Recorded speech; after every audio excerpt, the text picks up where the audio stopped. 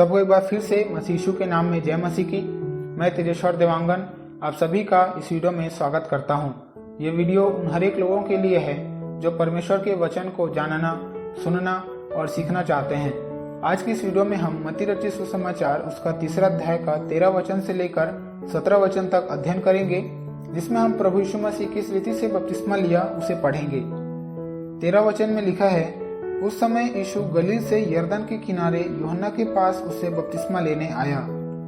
तो हम पिछले वीडियो में इस बात को देख चुके हैं कि प्रभु यीशु मसीह गलील प्रदेश के नासरत नगर में जाकर रह रहा था, है ना। और यूहन्ना यरदन नदी के किनारे में लोगों को बपतिस्मा दिया करता था। तो प्रभु यीशु मसीह गलील से होकर यूहन्ना के पास यरदन नदी के किनारे में बपतिस्मा लेने के लिए आता है। 14 वचन में देखेंगे, परंतु यूहन्ना यह कहकर उसे रोकने लगा, मुझे तो तेरे हाथ से बपतिस्मा लेने की आवश्यकता है और तू मेरे पास आया है।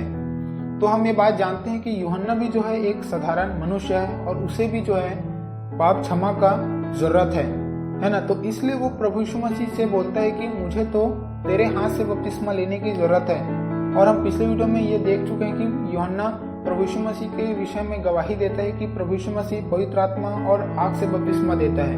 और यूहन्ना इस योग्य भी नहीं है कि वो प्रभु यीशु मसीह के जूती का बंद भी वो खोल सके या फिर उसकी जूती को भी उठा सके, है ना। तो इसलिए जो है यूहन्ना प्रभु यीशु मसीह को बोलता है कि मुझे तेरे हाथ से बपतिस्मा लेने की जरूरत है और तू मेरे पास ही बपतिस्मा लेने के लिए आया है।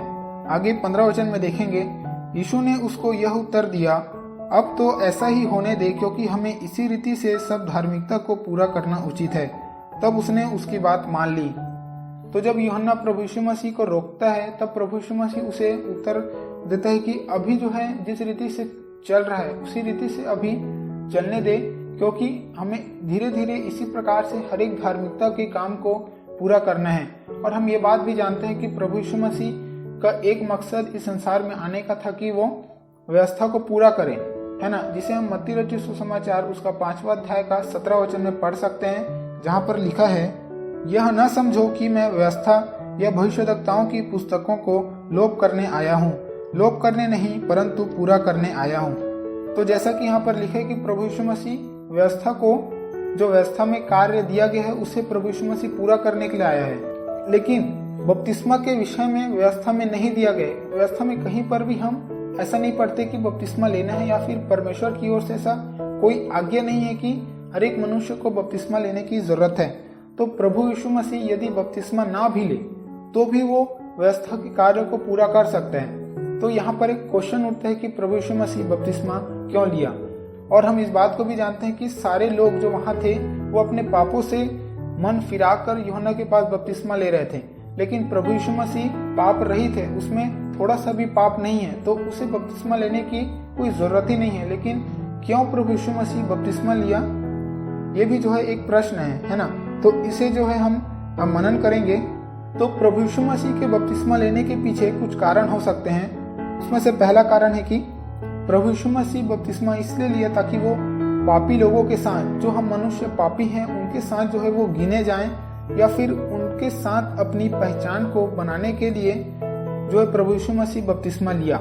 मैं एक उदाहरण से आपको बताता हूँ। यदि एक राजा है और उसे अपनी प्रजा का सोच को जानना है कि वो उसके प्रजा उसके प्रति किस रीति से सोचते हैं, या फिर वो ये जानना चाहता है कि उसके राज्य में क्या कमी है या फिर क्या चीज है जो लोगों को पसंद आ रहा है, तो यदि वो एक राजा बनकर उनके बीच में जाए तो लोग क्या उसके सामने में उसकी बुराई कर सकेंगे। अब वो तो राजा है ना, तो लोग जो है उससे डरेंगे, है ना। तो खुलकर जो है राजा से बात नहीं कर पाएंगे, या फिर जो राज्य में बुराई अच्छाई है तो उसको तो वो आराम से बता लेंगे ना, लेकिन जो कमियां हैं, जो बुराई है, उसे जो है बताने के लिए वे डरेंगे।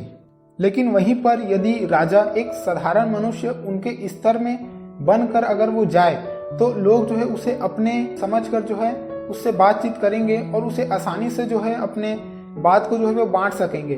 तो ये उस राजा के लिए आसान हो जाएगा, है ना। तो उसी रीति से प्रभु यीशु मसीह भी हम पापियों के बीच में आया ताकि वो हमारे साथ मिलजुल सके। और प्रभु यीशु मसीह पापी नहीं था, लेकिन फिर भी वो हमारे लिए एक पापी मनुष्य बनता है और पाप को लेकर जो है क्रूस पर बलिदान होता है। हम आगे जाएंगे। 16 वचन में लिखा है, और यीशु बपतिस्मा लेकर तुरंत पानी में से ऊपर आया और देखो उसके लिए आकाश खुल गया और उसने परमेश्वर के आत्मा को कबूतर के समान उतरते और अपने ऊपर आते देखा। तो यहाँ पर हम क्या देखते हैं कि जैसे ही प्रभु यीशु मसीह बपतिस्मा लेने के लिए पानी में डूबा और डूब के वो जैसे ही ऊपर आया तो उसने क्या देखा कि पवित्र आत्मा कबूतर के समान उसके ऊपर उतर रहा है ना। और यहाँ पर जो है हम त्रिएकता को, परमेश्वर के त्रिएकता को हम यहाँ पर देख सकते हैं, जहाँ पर पुत्र भी है, पवित्र आत्मा भी है और परमेश्वर पिता भी है। तो इस वचन को जो है हमें स्मरण रखना चाहिए, क्योंकि यहाँ पर जो है त्रिएक परमेश्वर को एक साथ जो है हम कार्य करते हुए देख सकते हैं। तो पवित्र आत्मा प्रभु यीशु मसीह के ऊपर क्यों उतरा, इस बात को भी हमें जानना जरूरी है और इस सवाल जो है मन में आना चाहिए, जिससे जो है हम बाइबल अध्ययन को और भी डीपली जो है वो कर सकते हैं, है ना। तो इस बात को देखेंगे कि क्या जरूरत था कि पवित्र आत्मा प्रभु यीशु मसीह के ऊपर कबूतर के समान उतरा। इसका कुछ कारण हो सकता है। पहला जो है प्रभु यीशु मसीह को सब पर प्रकट करने के लिए पवित्र आत्मा प्रभु यीशु मसीह के ऊपर उतरा, ताकि लोगों के बीच में जो है प्रभु यीशु मसीह को ये बता सके कि वो एक पवित्र मनुष्य है, लेकिन फिर भी वो बपतिस्मा ले रहा है। तो इस बात को प्रकट करने के लिए हो सकता है कि पवित्र आत्मा प्रभु यीशु मसीह के ऊपर उतरा। दूसरा कारण हो सकता है कि प्रभु यीशु मसीह का जब सेवा कार्य को शुरू करता है, वो प्रभु यीशु मसीह हम जानते हैं कि 100% मनुष्य है और उसे भी भूख लगता है, प्यास लगता है, शरीर में कमजोरियां होते हैं, मन में उदास होता है, कभी क्रोधित होता है। तो प्रभु यीशु मसीह 100% मनुष्य है, तो उसे उसके सेवा कार्य के लिए विशेष सामर्थ्य प्रदान करने के लिए जो है पवित्र आत्मा प्रभु यीशु मसीह के ऊपर उतरता है। और तीसरा कारण हो सकता है कि जो भविष्यवाणी पुराने नियम में किया गया है वो भी पूरा हो, जिसे हम यशायाह उसका 11 अध्याय और उसका 2 वचन में पढ़ते हैं, जहां पर लिखा है, और यहोवा की आत्मा, बुद्धि और समझ की आत्मा, युक्ति और पराक्रम की आत्मा और ज्ञान और यहोवा के भय की आत्मा उस पर ठहरी रहेगी। तो इस वचन को भी पूरा करने के लिए प्रभु यीशु मसीह के ऊपर पवित्र आत्मा उतरा। हम आगे जाएंगे 17 वचन में, और देखो यह आकाशवाणी हुई, यह मेरा प्रिय पुत्र है जिससे मैं अत्यंत प्रसन्न हूँ। तो पवित्र आत्मा के प्रभु यीशु मसीह के ऊपर उतरने के बाद परमेश्वर पिता की ओर से यह आकाशवाणी हुआ कि ये मेरा प्रिय पुत्र है जिससे मैं अत्यंत प्रसन्न हूँ। तो ये भविष्यवाणी क्यों हुआ? हो सकता है कि परमेश्वर जो है प्रभु यीशु मसीह को लोगों पर प्रकट करने के लिए कि वो परमेश्वर का पुत्र है, उस पर विश्वास करो, इस बात को प्रकट करने के लिए परमेश्वर पिता ने जो है ये आकाशवाणी किया हो। तो अभी जो है हम कुछ क्वेश्चंस में जाएंगे, जिसे जब मैं इस वचन को अध्ययन कर रहा था तब मेरे मन में जो क्वेश्चन उठा, हो सकता है आपके भी मन में वो क्वेश्चन आया हो, तो हम उस क्वेश्चन पर जो है डिस्कस करेंगे। तो सबसे पहला क्वेश्चन है, क्या यीशु को उसी समय पवित्र आत्मा मिला? तो जब प्रभु यीशु मसीह बपतिस्मा लेकर ऊपर उठा तो क्या उसी समय प्रभु यीशु मसीह को पवित्र आत्मा मिला, है ना? इसका आंसर है नहीं, क्योंकि प्रभु यीशु मसीह त्रिएक परमेश्वर है। उसके प्रभु यीशु मसीह जो है पुत्र भी है, उसमें परमेश्वर पिता भी है और पवित्र आत्मा भी है। तो ऐसा नहीं है कि पवित्र आत्मा प्रभु यीशु मसीह को उसी समय मिला, लेकिन जैसे कि मैंने बताया कि प्रभु यीशु मसीह को प्रकट करने के लिए या फिर उसे एक विशेष सामर्थ्य प्रदान करने के लिए पवित्र आत्मा उसके ऊपर उतरा। और क्योंकि प्रभु यीशु मसीह एक साधारण मनुष्य भी है, तो इसलिए जो है पवित्र आत्मा उसके ऊपर उतरा। लेकिन पवित्र आत्मा पहले से ही जो है प्रभु यीशु मसीह के साथ था।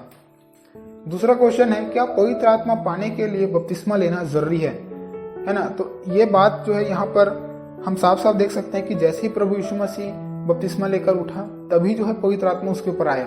तो कई लोगों के मन में ऐसा विचार आ सकते हैं कि पवित्र आत्मा पाने के लिए बपतिस्मा लेना जरूरी है, तो इसका आंसर है नहीं। और इसे हम पहला कुरिन्थियों उसका 12 अध्याय का 13 वचन का आखिरी पद को जो है पढ़ेंगे, जिससे जो है हम ये स्पष्ट हो जाएगा कि पवित्र आत्मा हमें कब मिलता है। तो जैसा कि लिखा है, और न कोई पवित्र आत्मा के बिना कह सकता है कि यीशु प्रभु है। तो यहाँ पर हम देखते हैं कि यदि कोई मनुष्य प्रभु यीशु मसीह को अपना उद्धारकर्ता अंगीकार करता है तो वो अपने सामर्थ्य से नहीं कर सकता जब तक कि पवित्र आत्मा उसकी सहायता ना करे, है ना। और जब वो प्रभु यीशु मसीह को अपना उद्धारकर्ता ग्रहण करता है तो उसी समय जो है उसे पवित्र आत्मा मिलता है। अब वो चाहे वो गाड़ी चला रहा हो या फिर सड़क में चलते चलते वो प्रभु यीशु मसीह को अपना उद्धारकर्ता ग्रहण किया, या फिर चेयर में बैठे बैठे वो प्रभु यीशु मसीह को उद्धारकर्ता ग्रहण किया, वो किस रीति से भी जो है प्रभु यीशु मसीह को उद्धारकर्ता ग्रहण किया, तो उसी समय जो है उसे पवित्र आत्मा मिलता है। तो पवित्र आत्मा पाने के लिए बपतिस्मा लेना जरूरी नहीं है। तो आज की इस वीडियो में हम इतना ही देखेंगे। और यदि ये वीडियो आपके लिए आशीष का कारण हुआ हो, यदि आपको इस वीडियो से कुछ सीखने के लिए मिला हो, तो इस वीडियो को ज़रूर से लाइक करें और इस चैनल को सब्सक्राइब करके बेल आइकन को ऑल पे कर ले, ताकि आप इस बाइबल अध्ययन में कंटिन्यू बने रहें और पूरा बाइबल को जो है एक बार अध्ययन आप कर सकें। और भी जो है लोगों के साथ, अपने साथियों के साथ जो है इस वीडियो को शेयर कीजिए, ताकि वे भी बाइबल को जान सके। और पढ़ते तो सभी हैं, लेकिन उसे जो है अध्ययन करना वो अलग बात है और उसे पढ़ना अलग बात है। तो अध्ययन जो है उस बाइबल का जो है कर सकें। इसमें जो है हम परमेश्वर में और भी जो है हम बढ़ सकते हैं। तो आज के लिए बस इतना ही रहेगा और मिलते हैं अगले वीडियो में। सबको जय मसीह की।